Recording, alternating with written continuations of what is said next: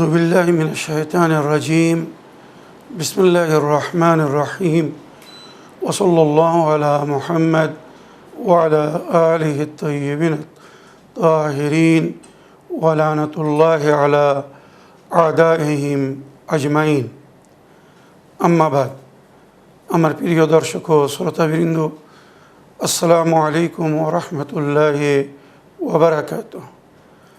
আপনাদের সকলকে আন্তরিক সালাম ও শুভেচ্ছা জানিয়ে আজকের অনুষ্ঠান ইসলাম ইন বাংলায় আপনাদেরকে স্বাগতম জানাই। আশা করি আপনারা যে যেখানে আছেন ভালো আছেন, কুশল ও মঙ্গলে আছেন, সুখে থাকুন, শান্তিতে থাকুন, সমস্ত প্রকারের দুঃখ কষ্ট থেকে মুক্তিতে থাকুন। আল্লাহ রব্বুল আলমিনের কাছে এই কামনা করি। যারা অসুস্থ আল্লাহ তাদেরকে সুস্থতা দান করুন, যারা ঋণে ভুগছে আল্লাহ তাদেরকে ঋণ মুক্তি করুন। ওইরূপ যাদের জীবনে কোনো প্রকারের অভাব বা অশান্তি আছে আল্লাহ রব্বুল আলমিন তাদের সকলের জীবনে সুখ শান্তি দান করুন ও সকলের মনোকামনা আশাকে পূরণ করুন। আমাদের সকলকে সৎ পথে চলার, অসৎ পথ থেকে দূরে থাকার এবং এক অপরকে সৎ উপদেশ দেওয়ার তৌফিক দান করুন। আমরা যেন সত্য বা হক জিনিসকে জেনে শুনে মেনে তার উপরে আমল করে সেটা অন্যদের সামনে তুলে ধরতে পারি বা সকলের কাছে পৌঁছে দিতে পারি। আল্লাহ রব্বুল আলমিন আমাদেরকে সেই মনোবল ও নেক তৌফিক দান করুন। আমিন ইয়া রাব্বাল আলামিন। এই দোয়ার সঙ্গে আজকের পর্ব শুরু করতে চলেছি। আপনাদের পাঠানো প্রশ্নের উত্তর দেওয়ার আগে মাওলাই কায়নাত আমিরুল মুমিনিন হযরত আলী ইবনে আবি তালিব আলাইহিস সালামের একটি সুন্দর হাদিস, অতি মূল্যবান বাণী, যার মধ্যে আমাদের জন্য সুন্দর শিক্ষা লুকিত, আপনাদেরকে শোনাতে চাই। উক্ত হাদিসে মাওলাই কায়নাত আমিরুল মুমিনিন হযরত আলী ইবনে আবি তালিব আলাইহিস সালাম বলছেন, মান কানা ফিহি সালাত সালামাত লাহু দুনিয়া ওয়াল আখিরা। যার মধ্যে এই তিনটি জিনিস থাকবে, এই তিনটি গুণ যদি কারোর মধ্যে থাকে, সালামাত লাহু দুনিয়া ওয়াল আখিরা, তার দুনিয়া ও আখিরাত সুন্দর ও শান্তিপূর্ণ হবে।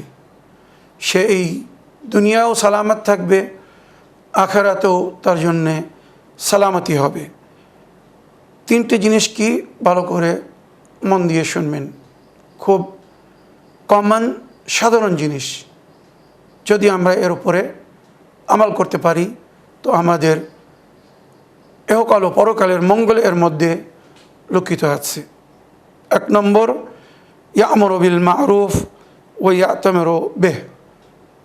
যে ব্যক্তি অন্যদেরকে নেকির আদেশ করবে, হুকুম দেবে, নেকির দিকে আমন্ত্রণ জানাবে এবং নিজেও নেকি করবে।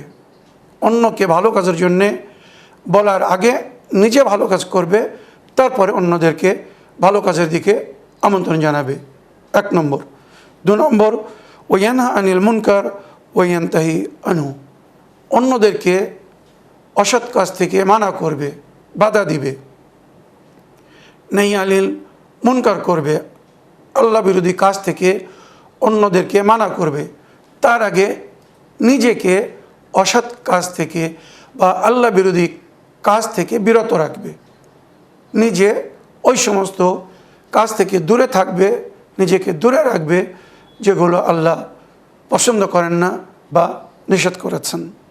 আর তৃতীয়, ইউহাফিযু আলা হুদুদিল্লাহি জাল্লা ওয়া আলা। আল্লাহ রব্বুল আলমিনের সীমাবদ্ধকে উল্লঙ্ঘন করবে না। আল্লাহ রব্বুল আলমিন যেখানে যেতে নিষেধ করেছেন, যেটা করতে,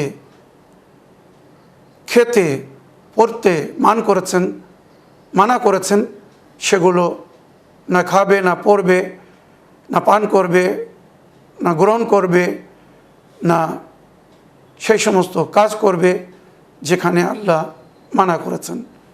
এটাকে বলা হয় আল্লাহ রব্বুল আলামিন যে সীমাবদ্ধ করে দিয়েছেন, এর আগে যেন যেও না, যাকে আমরা বলি ডেডলাইন বা রেড লাইনকে যেন ক্রস করো না। তো এই তিনটে জিনিস যদি কেউ জীবনে আপন করে রাখতে পারে তো মাওলা আলী আলাইহিস সালাম বলছেন তার ইহকাল ও পরকালের জন্যে কোনো চিন্তা করার প্রয়োজন থাকবে না। তার ইহকালও সুন্দর হবে, সফল হবে, তার পরকালও সুন্দর হবে ও সফল হবে। আল্লাহ রাব্বুল আলামিন আমাদেরকে তৌফিক দান করুন, আমরা যেন মাওলাই কায়নাতের এই সুন্দর বাণীর উপরে আমাল করে নিজের ইহকাল ও পরকালকে সুন্দর করতে পারি। আসুন এবারে আমি আপনাদের পাঠানো প্রশ্নের উত্তর দিতে চাই। দেখি কোথা থেকে কে কি জানতে চাচ্ছেন। আসসালামু আলাইকুম। আমার কাছে আপনার একটা প্রশ্ন আছে, সেটা হচ্ছে মানে যেটা আমরা যে ড্রয়িং করি, যেটা আর্ট, সেটাতে মানে মানুষের চোখ মুখ আঁকা কি যাবে কি যাবে না, আমি সেটাই আপনার থেকে জানতে চাইছি। সেটা হলে আর না হলে আমাকে বলবেন। আসসালামু আলাইকুম রহমতুল্লাহি ওয়া বারাকাতুহু। ওয়ালাইকুম আসসালাম রহমতুল্লাহি ওয়া বারাকাতুহু। আমার সোনামণি প্রিয় ছোট ভাই বা বাবু, আমার কাছে আপনার প্রশ্ন না, আপনার কাছে আমার একটি প্রশ্ন আছে। এইভাবে বলতে চাচ্ছিলেন, হয়তো কথাটা ঘুরে গেছে, কোনো অসুবিধে নেই। আপনি জানতে চেয়েছেন যে চোখ মুখ আঁকানো যাবে কি না। আপনি হয়তো ড্রয়িং করেন, শিল্প বা শিল্পী আঁকা কাজ করেন, তো আপনি জানতে চেয়েছেন যে আপনি নাক চোখ মুখ আঁকতে পারবেন কি না। তো শরিয়াতে কমপ্লিট পরিপূর্ণ আকার দিতে নিষেধ করা হয়েছে, অর্থাৎ 4D, যাকে আমরা স্ট্রাকচার বা স্ট্যাচু বলে থাকি। মাটি দিয়ে যে সমস্ত পুতুল বা প্রতিমা তৈরি করা হয়, এগুলো বানাতে নিষেধ করা হয়েছে। আল্লাহ রাব্বুল আলামিন হাসরের দিন ওই ব্যক্তিকে হুকুম দেবে যে এগুলো তৈরি করে বা তৈরি করছে, তুমি যখন মানুষ তৈরি করেছিলে তো তার মধ্যে রূহ প্রদান করো। রূহ দেওয়ার ক্ষমতা কারোর নেই। সুতরাং শরীয়ত বলছে, এলাহি সংবিধান বলছে, তোমরা ওটা করো না। হ্যাঁ, জনাবে সুলাইমান নবী পশু পাখির স্মৃতি আকৃতি তৈরি করতেন, 4D তৈরি করতেন। আর আল্লাহ রাব্বুল আলামিন ওনাকে ক্ষমতা দান করেছিলেন, উনি ওটাকে বিরদ বা জিকির বা ইসমে আজমের মাধ্যমে জীবিত করে দিতেন। যেমন কোরআনের আয়াতের মধ্যে বা তাফসীরের মধ্যে উল্লেখ হয়েছে, উনি পাখি তৈরি করতেন, কিছু পড়ে ফু দিতেন, ওই পাখি জীবিত হয়ে উড়ে যেত। তো এই রকম ক্ষমতা যদি কারোর মধ্যে থাকে বা আল্লাহ কাউকে দান করে, হয়তো তার জন্য এটা জায়েজ হতে পারে। কিন্তু যাদের মধ্যে এই ক্ষমতা নেই, তাদের জন্যে পরিপূর্ণ আকৃতি, স্মৃতি বা স্ট্রাকচারে স্ট্যাচু তৈরি করা নিষেধ, শরিয়াতে হারাম করা হয়েছে।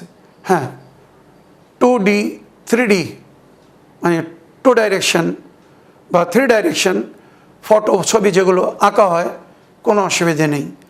এটাকে ইনকমপ্লিট ফটো বলা হয়েছে। ইনকমপ্লিট ফটো তৈরি করতে কোনো অসুবিধে নেই। যে সমস্ত ড্রয়িং করার জন্যে স্কুল কলেজ থেকে ছাত্রদেরকে হোমওয়ার্ক দেওয়া হয়, সেগুলো তারা করতে পারবে, কোনো অসুবিধে নেই। আশা করি আমার প্রিয় ও আদরের ছোট ভাই, আপনার প্রশ্নের আপনি উত্তর পেয়েছেন। আসুন আগের প্রশ্ন নিই, দেখি কোথা থেকে কে কি জানতে চাচ্ছেন বা কে কি বলতে চাচ্ছেন। আসসালামু আলাইকুম রহমতুল্লাহি ওয়া বারাকাতুহু। আমি একটা প্রশ্ন রাখছি, মৌলানা হওয়ার জন্য ইন্ডিয়াতে কোথায় পড়াশোনা হয় আর কোথায় কীভাবে পড়ে আর কোনটা কি পড়লে আমি কোরআন শরীফ কেবল শিখছি, সেটা করতে গেলে কোথায় কোথায় পড়তে হবে সেটা আপনার কাছ থেকে প্রশ্ন থাকলো। আসসালামু আলাইকুম রহমতুল্লাহ বরকাত। ওয়ালাইকুম আসসালাম রহমতুল্লাহি ওয়াবারাকাত। আমার প্রিয় ভাই, আপনি জানতে চেয়েছেন মৌলভী বা মাওলানা হতে গেলে কোথা থেকে আমাকে পড়া শুরু করতে হবে, ভারতে কোন মাদ্রাসায় গেলে আমি এই শিক্ষা লাভ করতে পারবো। এ বিষয়ে আমাদের দেশে বা ভারতে অনেক মাদ্রাসায় আছে। এ বিষয়ে আমাদের দেশে বা ভারতে অনেক মাদ্রাসা আছে যেখানে গিয়ে আপনি আরবিক, ইসলামিক বা ধার্মিক শিক্ষা গ্রহণ করতে পারেন। যদি পশ্চিমবাংলায় জিজ্ঞেস করেন তো ওখানে হুগলি ইমামবাড়িতে মাদ্রাসা আহলুল বাইত সবচেয়ে সুন্দর মাদ্রাসা, যেখান থেকে আমিও ধার্মিক শিক্ষা শুরু করেছিলাম। ওখানে গিয়ে শিক্ষা লাভ করতে পারেন। তাছাড়া কলকাতায় মেটিয়াবুরুজে মাদ্রাসায় ইমাম আলী আছে, ওখানে গিয়ে শিক্ষা লাভ করতে পারেন। বা 24 পরগনায় মাদ্রাসায় আসকারিয়া আছে টাকিশনিয়াতে, ওখানে গিয়ে শিক্ষা লাভ করতে পারেন। এই সমস্ত জায়গায় ইসলামিক বা আরবিক বেসিক শিক্ষা দেওয়া হয়। তবে 24 পরগনার বা পশ্চিমবাংলার যে মাদ্রাসাগুলোর নাম নিলাম, এর মধ্যে হুগলির মাদ্রাসা, হুগলি ইমামবাড়িতে যে মাদ্রাসা চলছে সর্বোত্তম এবং শ্রেষ্ঠ। থাকা, খাওয়া, পড়া বা সমস্ত প্রয়োজন প্রোভাইড করা হয়।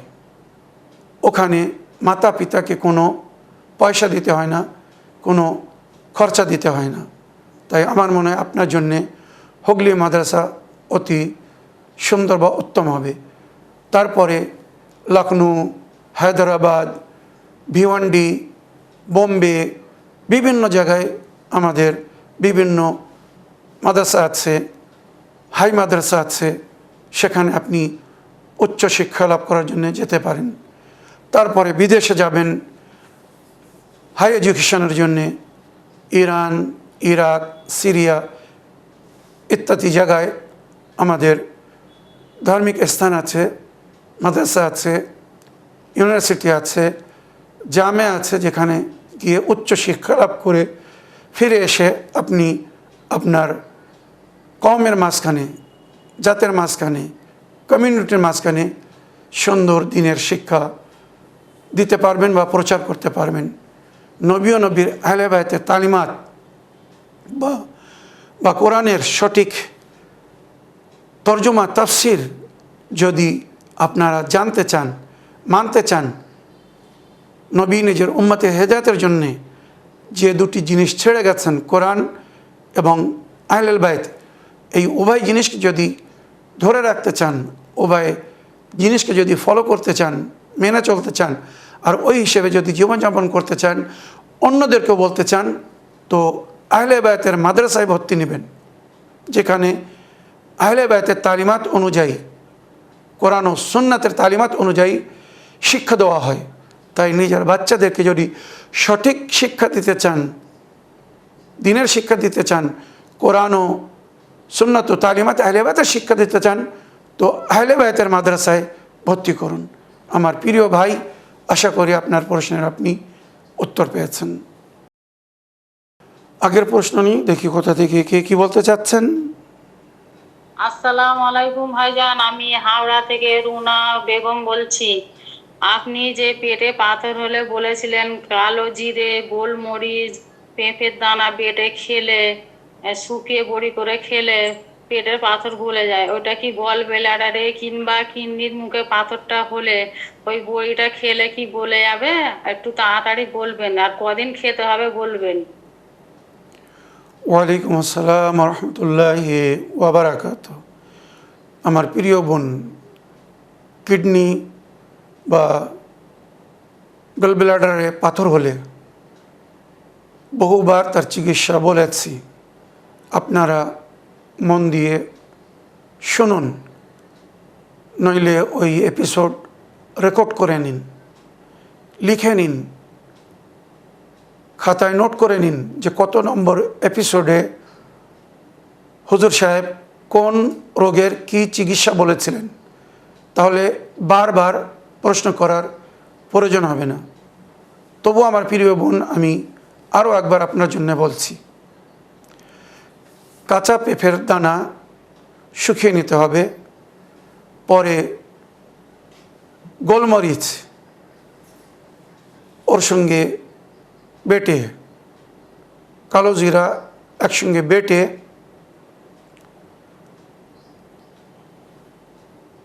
মিক্স করে বড়ি তৈরি করতে হবে, শুকিয়ে রেখে দিতে হবে, অনেক দিন পর্যন্ত চলবে। ওটা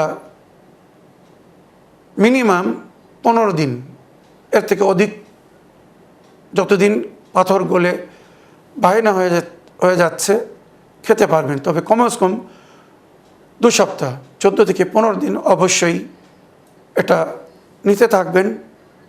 কোনো সাইড ইফেক্ট নেই, কোনো ক্ষতি নেই। পাথর, বালি, কিডনিতে যা কিছু জমে থাকবে সেটাকে বাইর করে দেবে। তাছাড়া অতি দ্রুত উপায় যেটা আমাদের ঘরে উপয়োগ হয়, কিডনিতে বালি জমলে, ময়লা জমলে বা পাথর, এমনকি আমার ছেলের কিডনিতে 6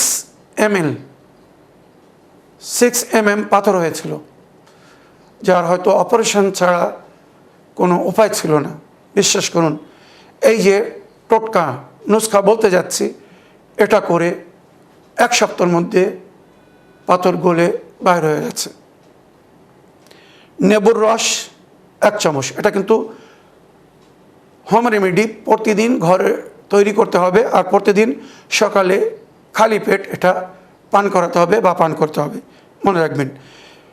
পাতি নেবুর রস 1 চামচ, হানি, মধুর, পিওর মধু, খাঁটি মধু হলেই উত্তম, মধু 1 চামচ, অলিভ অয়েল, জাইতুনের তেল, সমস্ত মেডিকেল স্টোরে বা মুদিখানায় পাওয়া যায়, জাইতুনের তেল 1 চামচ, আর অ্যাপেল ভিনিগার মানে আপেলের তৈরি সিরকা, এগুলো মুদিখানায় বা মেডিকেল স্টোরে, জেনারেল স্টোরে পাওয়া যায়।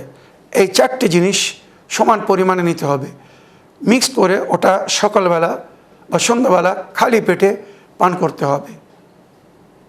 এটা পান করার আধ ঘন্টা কি 1 ঘন্টা পরে যা কিছু খেতে পারেন বা খেতে পারবেন, কোনো অসুবিধা নেই। এটা পান করলে 15 দিনের মধ্যে ওই পাথর গলে বাইর হয়ে যাবে।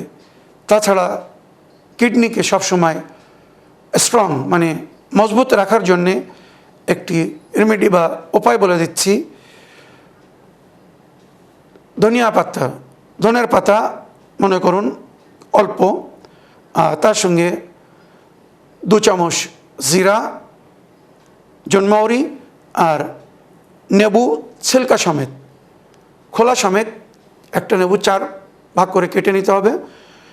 এইগুলো একসঙ্গে বয়েল করতে হবে, সিদ্ধ করতে হবে। তারপরে ওটাকে নামানোর পরে হালকা গরম থাকতে সামান্য নেবুর রস মিক্স করে প্রতিদিন যদি পান করা হয়, কখনো কিডনিতে বা গলব্লাডারে ময়লা জমবে না, পাথর জমবে না। আর যদি পাথর জমে থাকে অটোমেটিক বাইর হয়ে যাবে। এগুলো প্রতিদিন যদি না করতে পারেন, 1-2 দিন পরে পরে কি সপ্তাহে 1 দিন, কমসে কম মাসে 4 বার এই হোম রেমেডি, এই ঘরেলু উপকরণ নুস্খা তৈরি করে পান করুন। সুস্থ থাকবেন, কিডনি বা কিডনির সমস্ত রোগ থেকে মুক্তিতে থাকবেন।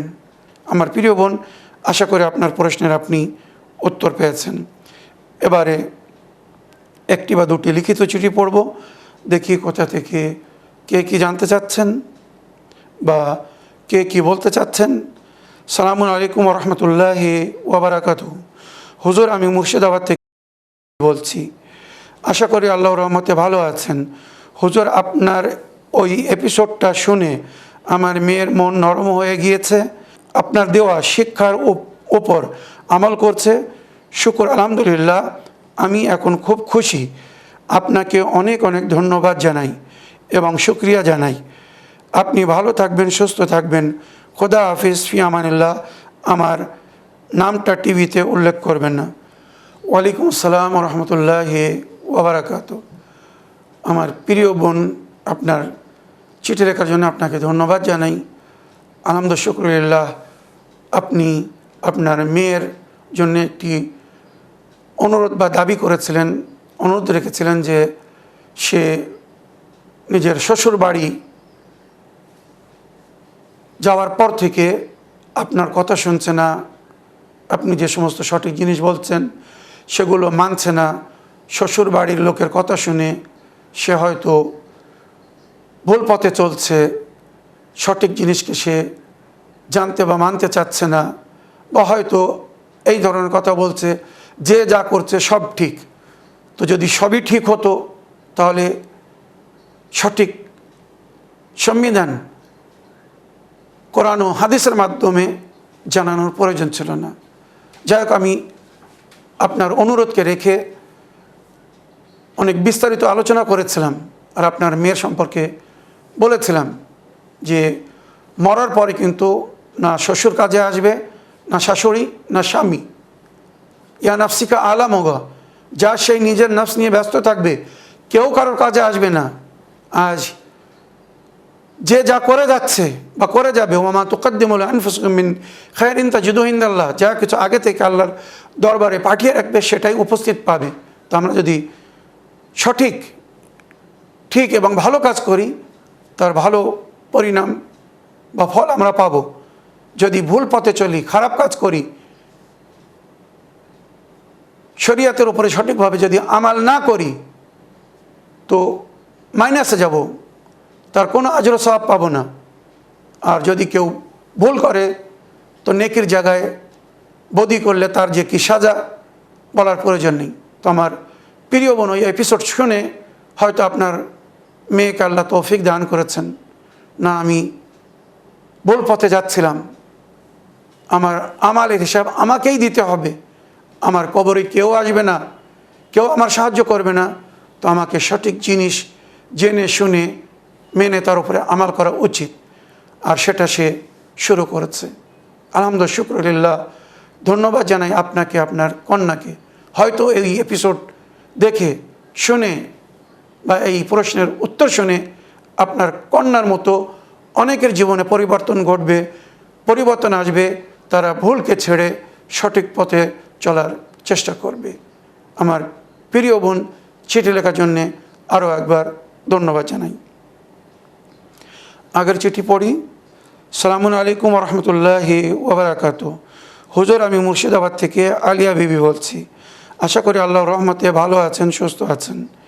আল্লাহ রাব্বুল আলামিন আপনাকে হার বালা ও মুসিবত থেকে হেফাজত করুন, আমিন ইয়া রাব্বুল আলামিন। হুজুর, আমার একটা প্রশ্ন। সূরা সাফাত আয়াত নম্বর 81, 82, 83, 84, 85 এবং 86 এই আয়াতগুলো পড়ে একটু ব্যাখ্যা করবেন। আপনি ভালো থাকবেন, সুস্থ থাকবেন। খোদা হাফিজ, ফি আমানিল্লাহ। ওয়ালাইকুম আসসালাম রহমতুল্লাহি ওয়া বারাকাতুহু। আমার প্রিয় বোন, আপনার চিঠি লেখার জন্য আপনাকে ধন্যবাদ জানাই।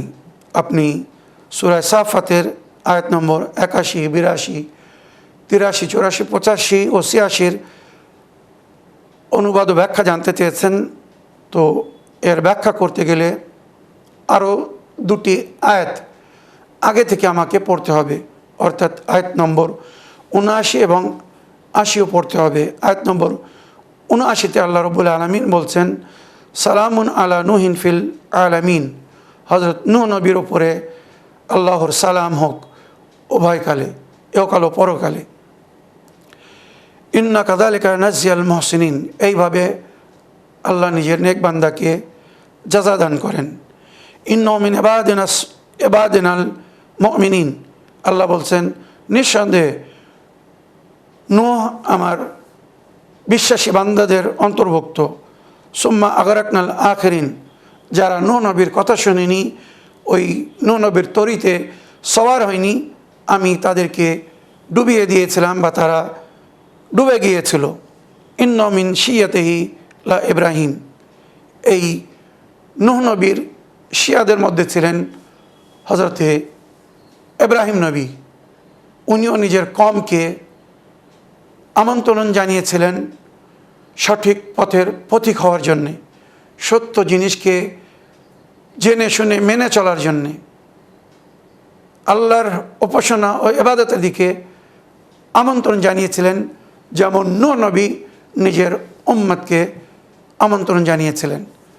আমাদের নবী ইব্রাহিম নবীর বংশধারী,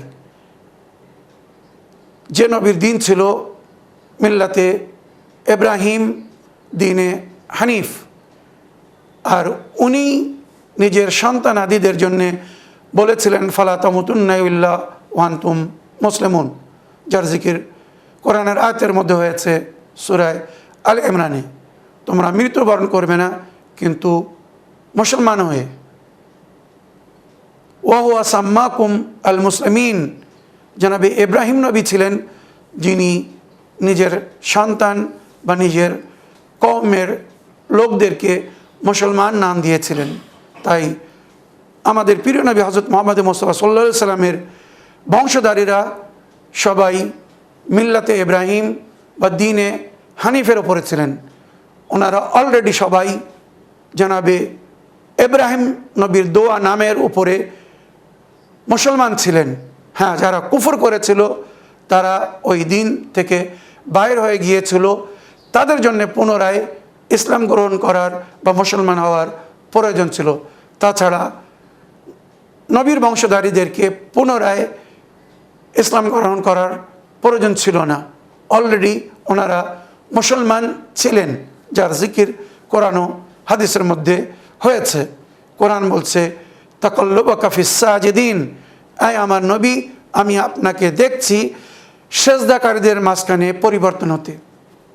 সুতরাং এটা একটা প্রমাণ যে নবীর বংশধারীরা সেজদাকারী ছিলেন, আল্লাহ ছাড়া অন্য কারোর উপাসনা বা ইবাদত করেননি। এটাই বাস্তব, এটাই হকিকত।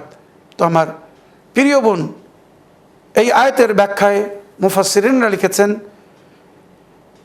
ইব্রাহিম নবী ওনার শিয়া ছিলেন।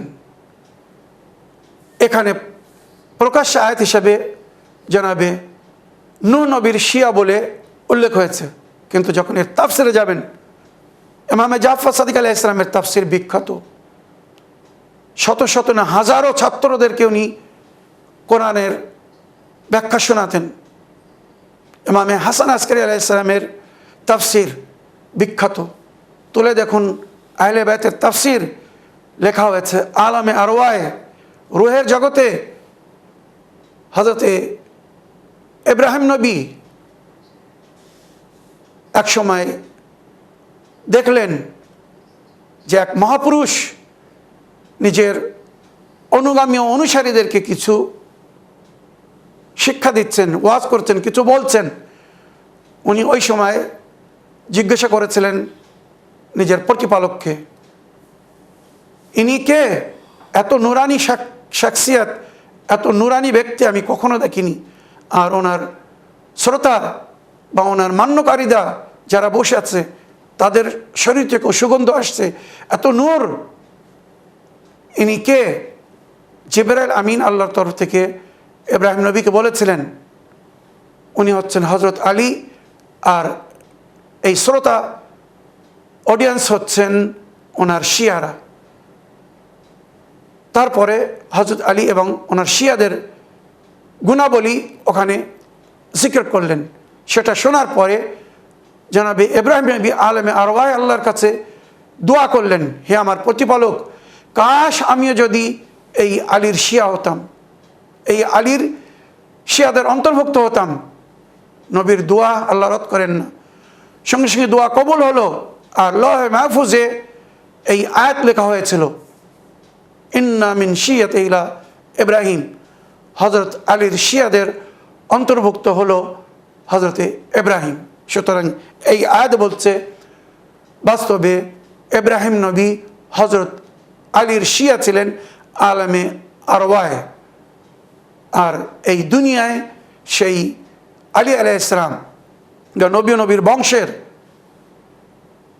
শিক্ষা, তালিমাত বা এলাহি সংবিধান দুনিয়ার কাছে পৌঁছে দিয়ে ইব্রাহিম নবী তার প্রমাণ দিয়েছিলেন। ইজজা রাব্বাহু বিকালবিন সালিম, যখন আল্লাহ তাকে কালবে সালিম আতা করেছিলেন, শান্তিপূর্ণ অন্তর, দিল, যে দিলের মধ্যে কোনো পাপ ছিল না, অন্যায় ছিল না, কোনো কুফর নেফাক ছিল না। ইজ কাল আলি আবিহি ওয়া কওমিহি মাযা তা'বুদুন, উনি আল্লাহর ছাড়া কখনো কারোর উপাসনা ইবাদত করেননি। তাই উনি নিজের চাচা আজার যে বুত তৈরি করে বিক্রি করত, উনি বাল্যকালে পিতারা হয়েছিলেন, তো জন্মের পর থেকে উনি নিজের চাচা আজার যিনি ওনাকে লালন পালন করেছিল তাকে বাপ বলে ডাকতেন। ওনার পিতার নাম ছিল জানাবে তারিক, মনে রাখবেন। আজার ওনার চাচা, উনি বুত তৈরি করে বিক্রি করতেন, বুত পারাস ছিলেন। উনি নিজের পিতা মানে চাচা আজারকে জিজ্ঞাসা করলেন আর কমকে, মাযা তা'বুদুন, তোমরা কার উপাসনা করো, কার ইবাদত করো? আইফকান আলিহাতান দুনাল্লাহি তুরিদুন, হকিকি খোদাকে ছেড়ে নিজেদের তৈরি করা, নিজেদের বানানো খোদাকে তোমরা মানছো, তার উপাসনা করছো। যে খোদা কথা বলতে পারে না, নিজে কিছু করতে পারে না, যাকে তোমরা তৈরি করেছো, আবার তার উপাসনা করছো, তার পূজা পাঠ করছো, এটা কি করে শিরক হতে পারে? বরং তোমরা তার উপাসনা করো, তার ইবাদত করো যে বিশ্বজগৎকে সৃষ্টি করেছে, এই পুরো কায়নাতকে সৃষ্টি করেছেন, আমাকে তোমাকে সকলকে সৃষ্টি করেছেন, রুজি দিচ্ছেন, যে খোদার সামনে আমাদেরকে ফিরে যেতে হবে, হিসেব দিতে হবে। লা তা'বুদু ইল্লা ইয়াহ, আল্লাহ ছাড়া অন্য কারোর উপাসনা করো না। আল্লাহ নিজে পরিষ্কার বলেছেন, ওয়াকাদা রাব্বুকা আল্লা তা'বুদু ইল্লা ইয়াহু, নিজের রব, নিজের প্রতিপক্ষ আল্লাহ ছাড়া আর কারোর উপাসনা করো না। আল্লাহ সব কিছুকে ক্ষমা করবেন, শিরককে ক্ষমা করবেন না।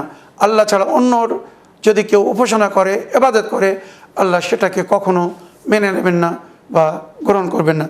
তো এই উক্ত আয়াতের মাধ্যমে আমরা দুটো জিনিস বুঝি, এক, আল্লাহ ছাড়া অন্য কারোর উপাসনা করা যাবে না, আর দ্বিতীয়, যদি আমরা এই দুনিয়ায় কারোর অনুগামী বা অনুসারী হতে চাই তো আমাদেরকে হযরত আলীর অনুগামী অনুসারী হতে হবে, হযরত আলীর শিয়া হতে হবে।